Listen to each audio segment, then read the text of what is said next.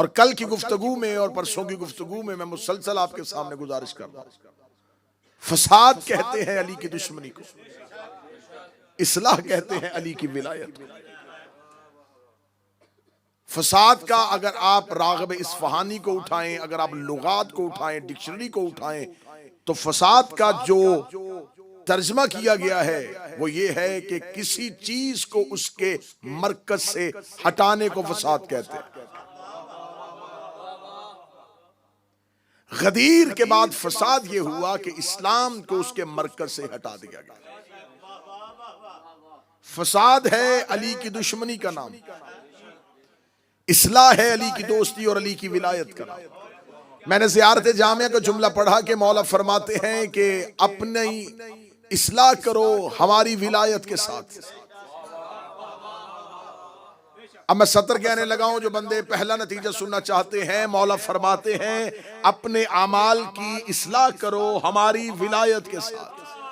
हमारी विलायत के साथ अपनी इस्लाह करो, अपने अमलों से हमारी विलायत की इस्लाह न करो। जो हाथ उठ गया सैयदा, इस हाथ को हमेशा सलामत रखो। इस्लाह है अली की विलायत का नाम, इस्लाह करनी है अली की विलायत से। अली की विलायत की इस्लाह नहीं करनी, विलायत अली से अपनी इस्लाह करनी है। जो बंदे आज के रोशन ख्याल शिया हैं, मैं उनसे कहना चाहता हूं अज़ादारी से अपनी इस्लाह करें।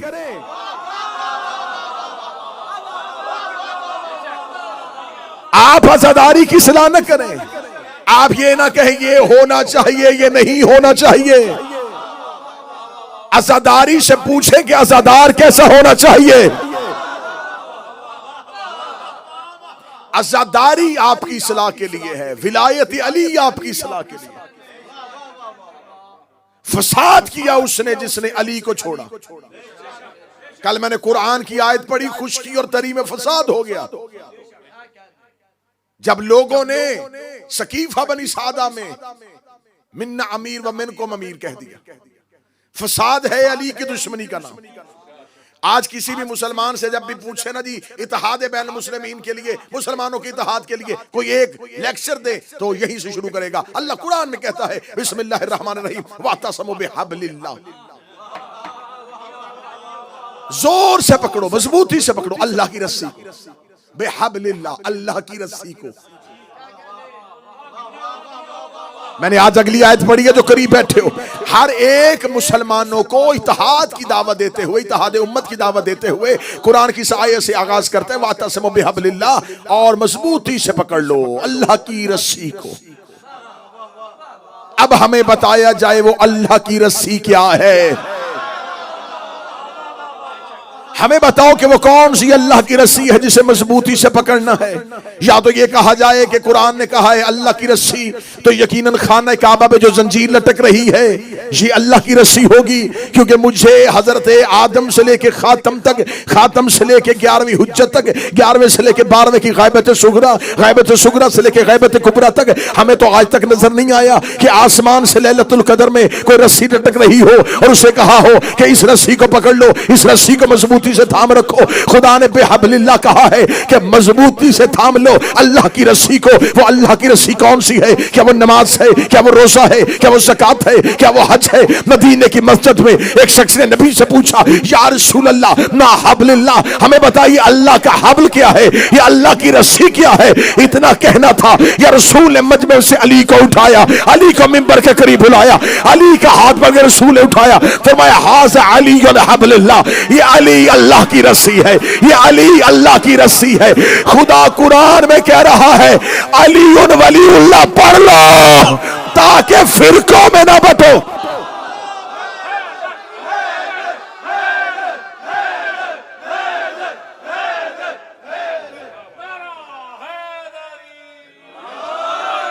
इत्तेहाद उम्मत है अली की विलायत। जिसने अली पे इत्तेहाद किया, फसाद है अली की दुश्मनी। जिसने जब फसाद किया उम्मत में, अली की दुश्मनी में किया। मैं इस्लाम से पहले की नहीं, इस्लाम के बाद, गदीर के बाद की बात करता। गदीर के बाद जब जब जहां जहां उम्मत में फसाद हुआ, दुश्मनी अली में हुआ, अली की दुश्मनी में फसाद करते करते यहां पहुंच गए कि अली के मुकाबले पे कुरान नेज़ों पे उठाया, उठा कुरान नेज़ों पे। मैं नौजवानों के लिए पढ़ा हूं, सफीन में कुरान नेज़ों पे उठा। अमीर अल मोमिनीन ने अपने ही लश्कर में से कहा हमला करो। कहने कैसे हमला करें? कुरान से जंग करें, कुरान से जंग करें, सामने कुरान है। अमीर अल मोमिनीन ने फरमाया ये कुरान नहीं, क्योंकि इन्होंने कुरान को मरकज से हटा दिया है।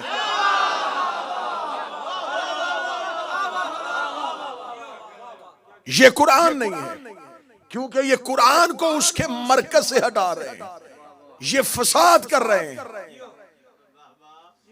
चले एक और वाकया पढ़ा। मौला अमीर अल मोमिनीन जंग नहरवान से वापस आ रहे थे, और जानते हैं यकीनन नौजवान, जंग नहरवान ख्वारिज के मुकाबले पे।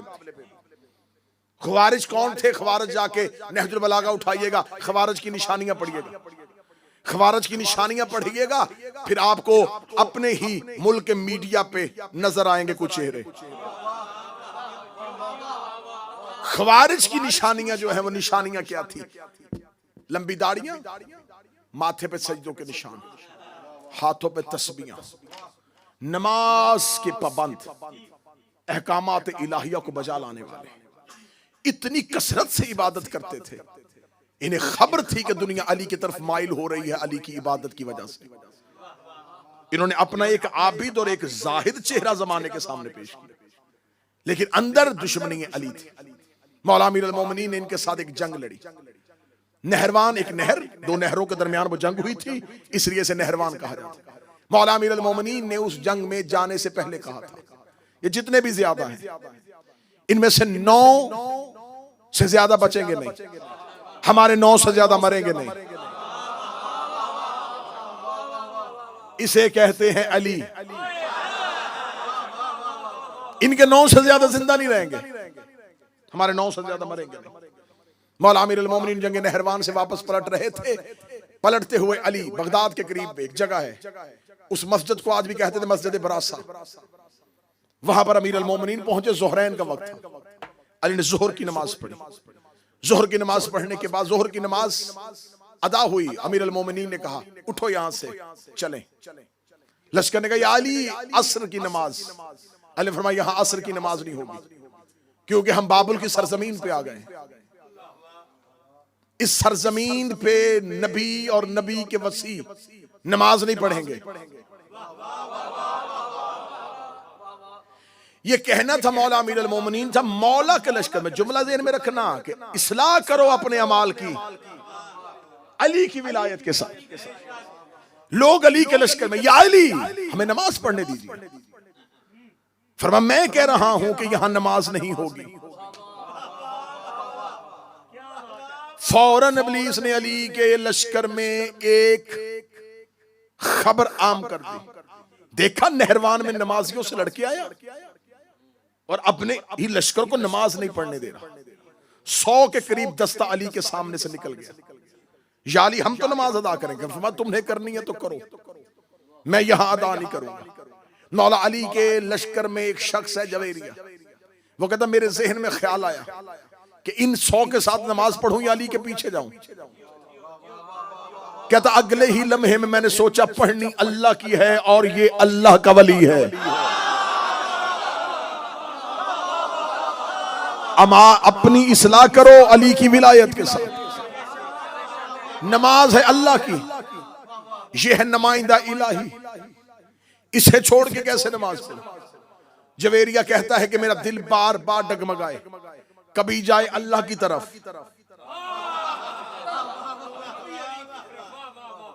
अल्लाह की तरफ से क्या जो इन्होंने अपनी मर्जी का अल्लाह बना था। हम इबादत कर रहे हैं अपने अल्लाह की। कभी जहन में सोचूं कि अल्लाह की इबादत करूं, कभी जहन में सोचूं अली के पीछे जाऊं।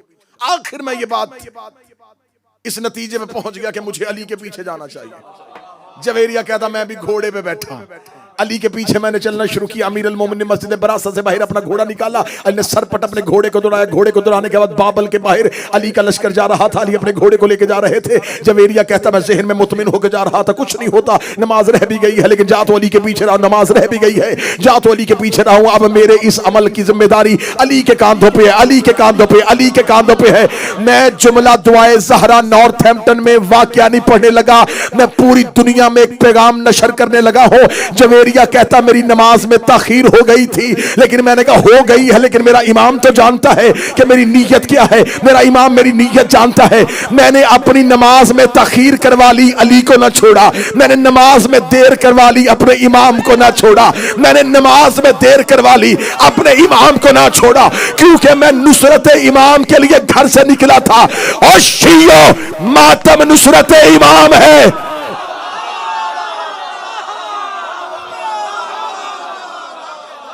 मातम ना ना ना ना, ना। जो समझ गए हैं तुम्हारा बोलना मैंने कबूल, लेकिन नतीजा मुझे आखिरी बंदे तक पहुंचाना है। मातम है नुसरत इमाम। अगर कोई कहे कि नुसरत छोड़ो, नमाज में देर हो रही है,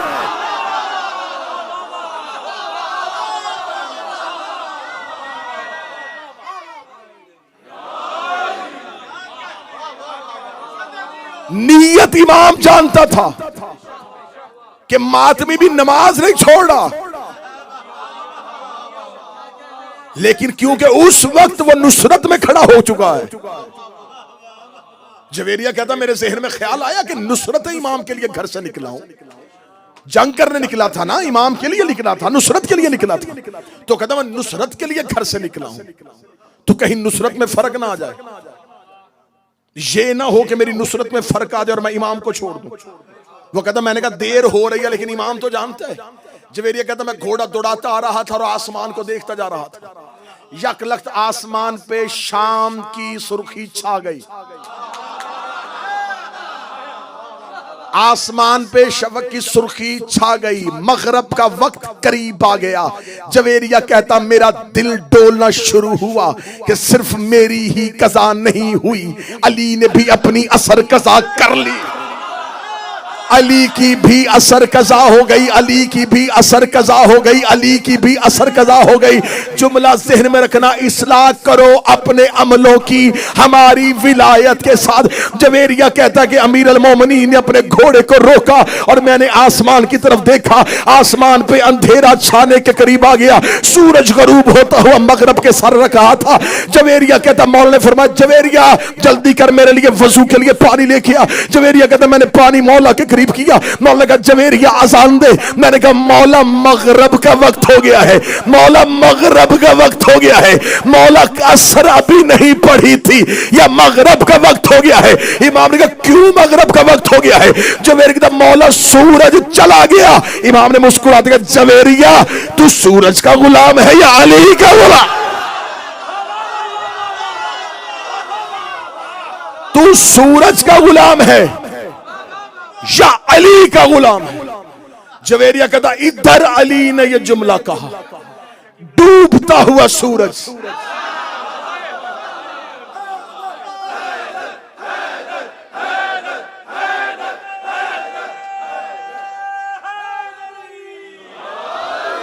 डूबता हुआ सूरज, डूबता हुआ सूरज मगरब से मकाम असर पे पहुंचा। अली की आवाज आई जवेरिया अब तू भी असर पढ़। मैं भी असर पढ़ूंगा। अब जवेरिया ने अपनी असल नमाज पा ली। क्यों? उसने अपने अमाल से इमाम की इस्लाह नहीं की, मौला के इख्तियार से, मौला की विलायत से अपने अमाल की इस्लाह। एक दलील ठीक है या इससे आगे दूं? चलो इससे अगली दलील। करबला में जाओ, हजरत मौला तुम्हें लेके जाए। हजरत हबीब इब्ने मुज़ाहर, हजरत हबीब इब्ने मुज़ाहर की कब्र पे आज भी मौला इमाम हुसैन की जरी के बिल्कुल सामने, दरवाजे पे दाखिल हो पहले हबीब है। जनाब हबीब जो है हुसैन की जर्री का दरवाजा है। हुर हुसैन के शहर का दरवाजा है। हबीब हुसैन की जर्री का दरवाजा है। दरवाजे पे सोया हुआ ये हुसैन का गुलाम। आज भी हजरत हबीब इब्ने मुजाहिर की कब्र पे जाओ, हजरत हबीब इब्ने मुजाहिर की कब्र के ऊपर वो खत लिखा है जो हुसैन ने हबीब को लिखा था। अब मैं किताबों में तो सब किताबों में लिखा था, मैं किताबों के नाम लेता तो मैं बहुत से नाम ले सकता था, लेकिन मैंने किताबों से ज्यादा बेहतर मजबूत रेफरेंस तुम्हें दे दिया कि ये खत कब्र हबीब पे लिखा हुआ है। कब्र हबीब के ऊपर आज भी वो खत लिखा है जो हुसैन इब्ने अली ने जनाब हबीब इब्ने मुजाहिर को लिखा था और कूफा से उनको बुलवाया था। उसका पहला जो खिताब है हुसैन इब्ने अली का वो है अस्सलामु अलैका या रजुलुल फकीह। सरना हलाओ, मैं जिगर का लहू दे रहा हूं तुम्हें। हबीब इब्ने मुजाहिर को लिखा हुसैन इब्ने अली ने, ए मर्द फकीह, हम मानते हैं उसे जिसे हुसैन फकीह कहते हैं।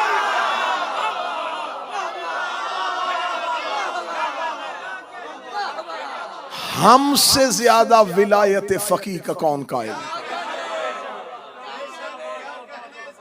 हुसैन इब्ने अली ने कहा, ए रजुल फकीह, तुम पर मेरा सलाम। ए मर्द फकीह। जनाब हबीब बुजुर्ग थे, ज़ईफ थे। हुसैन शेख कह सकते थे। ए मर्द बुजुर्ग, बुजुर्ग ने कहा। हुसैन इब्ने अली ने जनाब हबीब को जिस एक फजीलत से याद किया वो है फकीह। रुकना अब यहां पे, बात यहां पे आज नतीजा मेरा ख्याल है कि आज इसी बात में बेशक 2 घंटे गुजर जाए, नतीजा निकालते हैं। फकीह किसे कहते हैं? मैंने फौरन फिक़्ह की किताबें उठाई कि फकीह किसे कहते हैं। फकीह का एक अमूमी तर्जमा मिला कि जो शरीयत के मसाइल को फिक़्ह के मसाइल की सूझबूझ रखता हो उसे फकीह कहते हैं। जो दीन के बारे में सूझबूझ रखता हो, बच्चे अगर जो ब्रिटिश बच्चे हैं, अगर सूझबूझ नहीं, कुछ अवेयरनेस हो,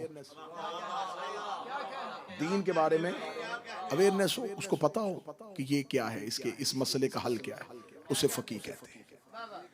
अब मैंने जब ये तर्जमा पढ़ा कि फकीह उसे कहते हैं जो दीन में सूझबूझ रखता हो, तो मुझे फकीह का तर्जमा तो मिल गया, लेकिन बात हजम नहीं हो रही। क्या वो रहा है जो खुद दीन है?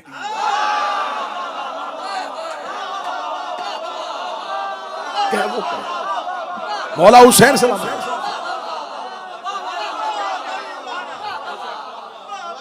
एक मोहम्मद अली मीर भाई एक अनपढ़ किसी को पढ़ा लिखा कहे,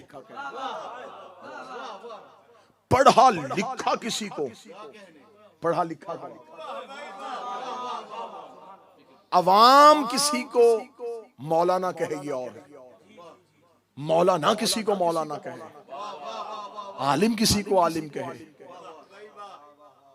तो ये और है। यहां मसला ये है कि आम शख्स हबीब को फकीह नहीं कह रहा, वो कह रहा है जो खुद दीन है। फिर मैंने कहा शायद हुसैन इब्ने अली ने जनाब हबीब की फुकाहत से हुसैन मुतासिर हुए हों कि हबीब बहुत अच्छा फकीह है।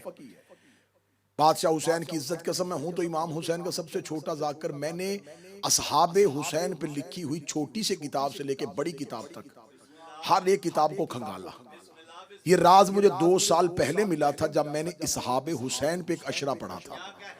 मैंने 10 मजालिस पढ़ी थी असहाबे हजरत इमाम हुसैन पे कि इमाम हुसैन के असहाब में क्या क्या खासियत और क्या क्या फजीलत थी। जब मैं हजरत हबीब इब्ने मुजाहिर पे अपनी रिसर्च कर रहा था तो मैंने जब मर्द फकीह पे आया तो मैंने पहले फकीह का तर्जमा पढ़ा। तर्जमा पढ़ने के बाद फिर मैंने कहा यकीनन जनाब हबीब जो है वो अपने दौर में बहुत बड़े फकीह होंगे और हुमायूं हुसैन उनकी इस फजीलत से मुतासिर होंगे। मैंने हबीब की पूरी जिंदगी सवाने हयात पढ़ी। मुझे हबीब की हर सवाने हयात में कहीं भी एक वाक्य नहीं मिला कि हबीब कूफे में बतौर फकीह मशहूर हो।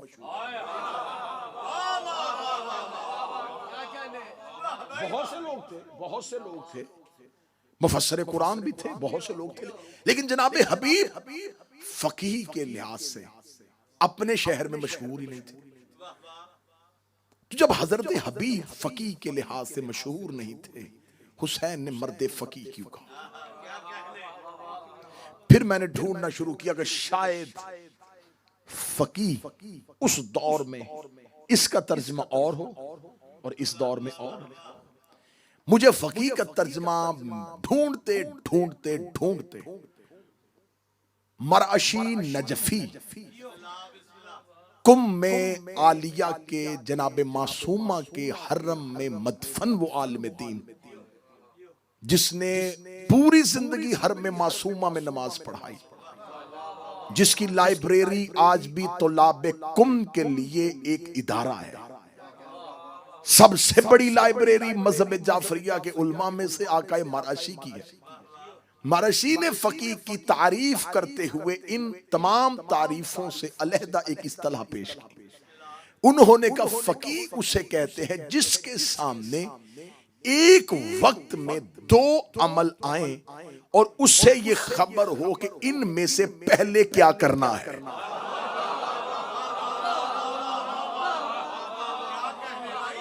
जो इस पोजीशन में हो कि उसके सामने दो चीजें भयक वक्त आ जाए और उसने फैसला करना हो कि इन दोनों में से पहले क्या करें।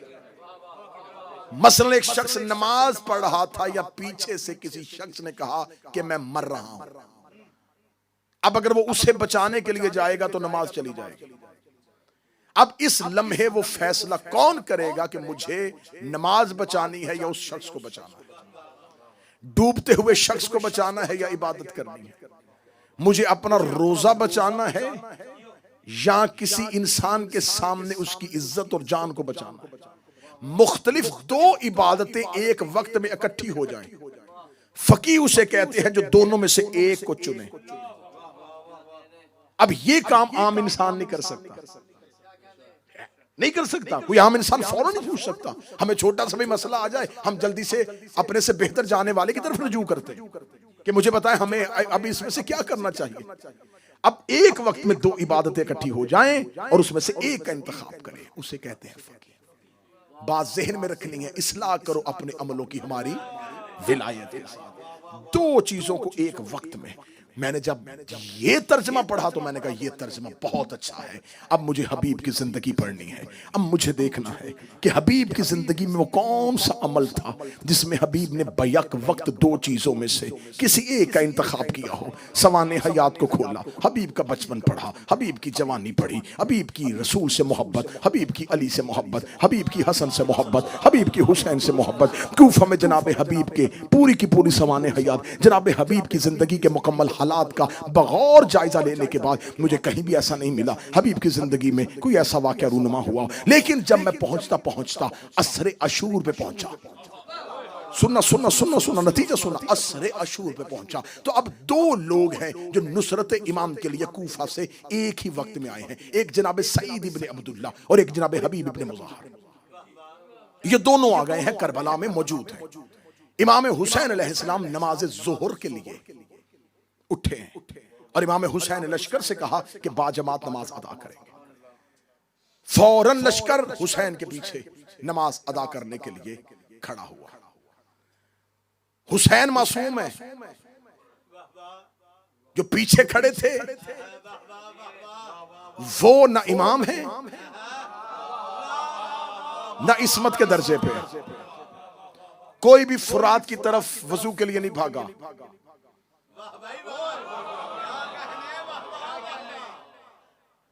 और ये जख्मी भी हैं,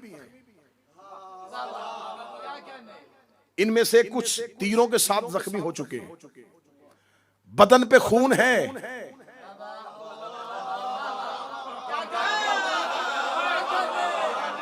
और वो हुसैन के पीछे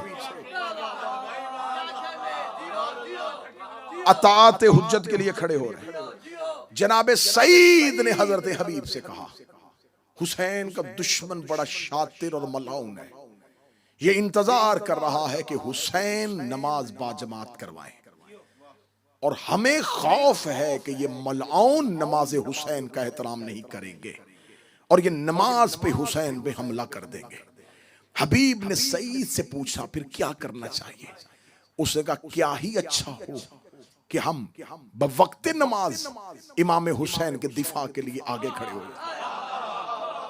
सुनना, जनाबे सईद मौला हुसैन के पास पहुंचे।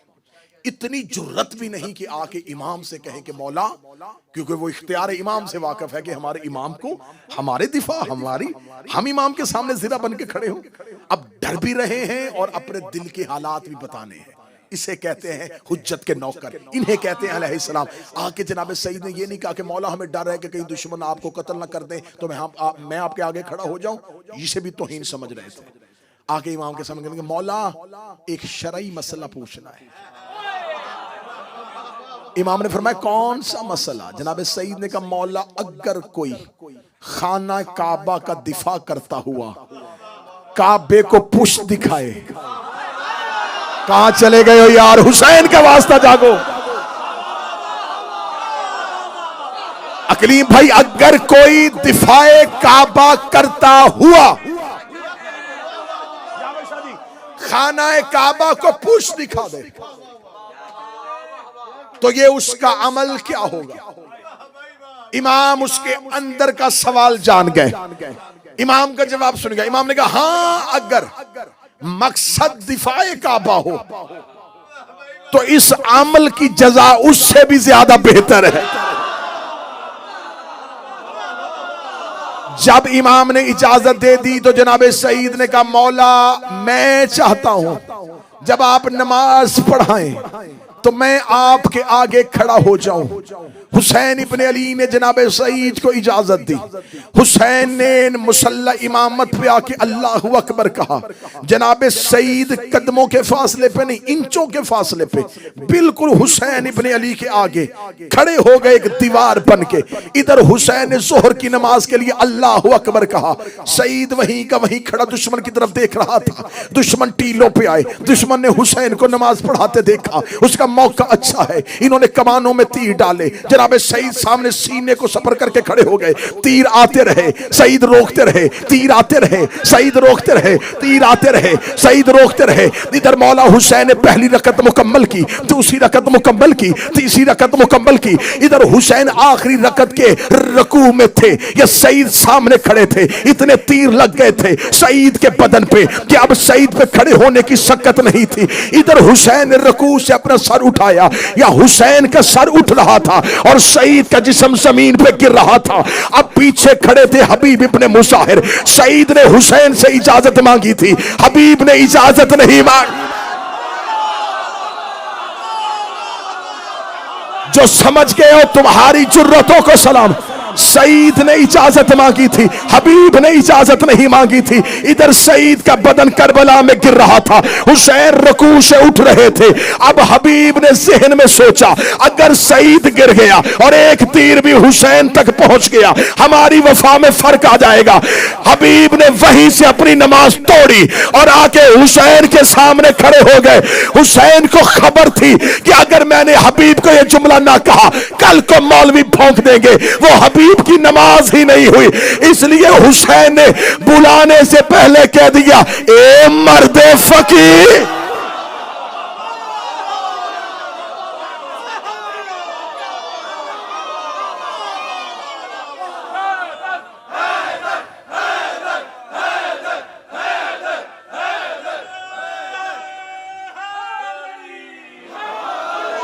हुसैन जानते थे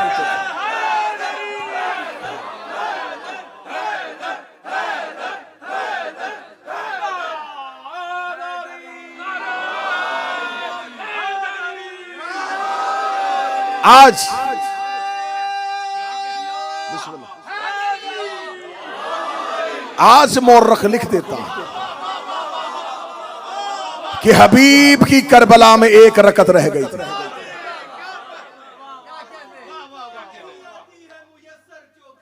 सुभान अल्लाह।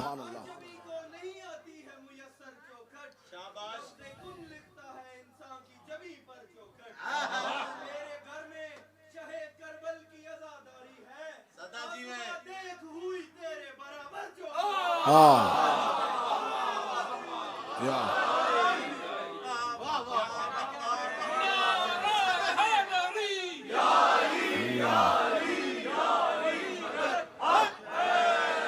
सैयदजादा है, फकीर का बेटा है, उसने शेर पढ़ा है। उसने कहा है कि ऐ आसमां तेरे बराबर चौखट नहीं, आसमान से अफजल चौखट, क्योंकि यहां वाले वहां जाने की तमन्ना नहीं करते, वहां वाले यहां, उधर वाले इधर आते हैं। किताबों में है कि फरिश्ते मलाइका अल्लाह से कहते हैं, जहां जमीन पे मजलिसे हुसैन होती है, मलाइका परवरदिगार से कहते हैं, मेरे अल्लाह हमारी सारी इबादत ले ले, हमें एक बार इस महफिल में जाने दे।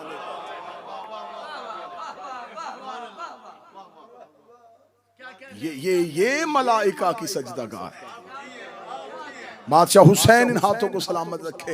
हुसैन इब्ने अली जानते थे, कल कह देगा मुअर्रख कि हबीब की करबला में एक रकत रह गई थी। हुसैन ने बुलाने से पहले फकी कह दिया, क्योंकि हबीब ने अपनी नमाज से हुसैन की इस्लाह नहीं की। हबीब ने अपना अमल नहीं बचाया, हबीब ने अपनी हुज्जत को बचाया। इस्लाह करो अपने अमलों की हमारी विलायत के साथ। विलायत आले मोहम्मद हमारे अमाल की इस्लाह का नाम है, हमारे अमाल में लड़ाई का नाम नहीं। शिया कौम इस्लाह अपनी करे अली की विलायत के साथ। शिया कौम में कोई और मसला इतना एतराज वाला नहीं, इतना किसी मसले पर इख्तिलाफ नहीं शिया मजहब में हुआ जितना विलायत अली पे हो रहा है। इसलिए कि फसाद है अली को छोड़ना, इत्तेहाद है अली को मानना। इत्तेहाद करो। मेरे पांचवें शहनशाह ने जनाब मीस में तमार के बेटे याकूब को कहा था, याकूब ने आके पांचवें इमाम से कहा था, जनाब मीस में तमार का बेटा, मौला मैं आपसे कोई नसीहत लेना चाहता हूँ, एक नसीहत कर दें जिसे मैं सारी जिंदगी पल्ले के साथ बांध के रखूं। इमाम बाकर ने जाते हुए याकूब से कहा, बस एक ही नसीहत याद रखना, अली के दोस्त को दोस्त रख, चाहे वो तेरे बाप का कातिल ही क्यों ना हो। और याकूब अली के दुश्मन से दुश्मनी कर, चाहे वो तेरा बाप ही क्यों ना हो। ये नसीहत जमाने को फैला दो कि अपनी दोस्ती और दुश्मनी का मेयार अली रखो। मुझे किसी से मोहब्बत नहीं अली के सिवा, मैं हर किसी से मोहब्बत करूं अली के लिए। इंशाअल्लाह कल की मजलिस में इससे आगे बढ़ेंगे कि कैसे कैसे अपने अमाल की इस्लाह की जाती है, और फिर हम आखिरी दो मजलिसों में पहुंच जाएंगे करबला की जानब के। करबला क्या था?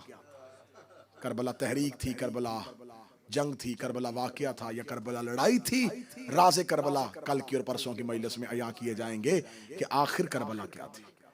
बस मैंने मेहनत के साथ आपको यहां तक पहुंचाया। ये सबक आज का याद रखिएगा कि इस्लाह करो अपनी, हमारी विलायत के साथ। उम्मत की इस्लाह है अली की विलायत, उम्मत का फसाद है अली का बुग़्ज़।